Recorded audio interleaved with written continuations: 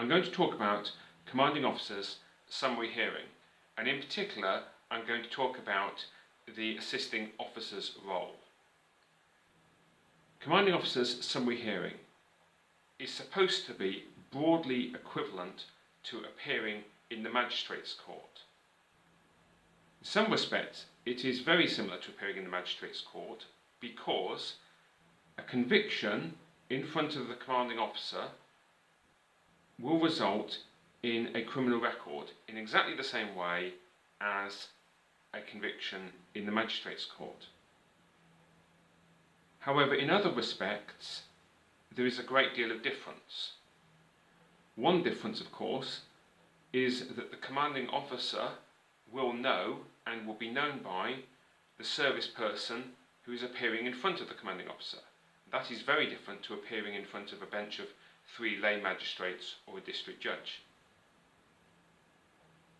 It's also the case that the service person appearing in front of the commanding officer is part of their chain of command, and therefore it might be argued that there is a conflict of interest. The commanding officer may be part of the chain of command that has actually brought the prosecution against the service person.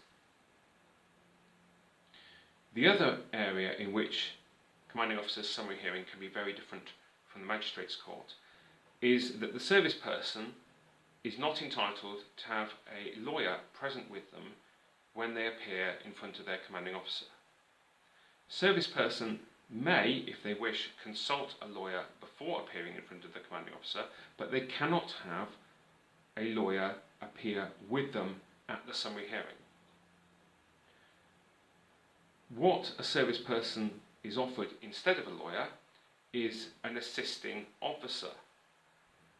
Now, there are certain rules as to who can be an assisting officer. The first rule is that the assisting officer must be themselves subject to service law. Another rule is that they must be at least a minimum rank of petty officer or sergeant. The difficulty, of course, is that that assisting officer will themselves be a part of the chain of command that has brought the prosecution in the first place. So the difficulty that a service person has may be that they have an assisting officer who is part of the chain of command, and they are appearing in front of their commanding officer who is also part of the chain of command, and in many cases of summary hearing it will be the chain of command itself that has brought the prosecution in the first place. Now, it may be argued that with the court-martial appeal court there is protections, or there are protections afforded for the service person against these difficulties, but they are still difficulties. The service person, when appearing in front of the commanding officer at summary hearing, is effectively being prosecuted, defended and judged by the chain of command.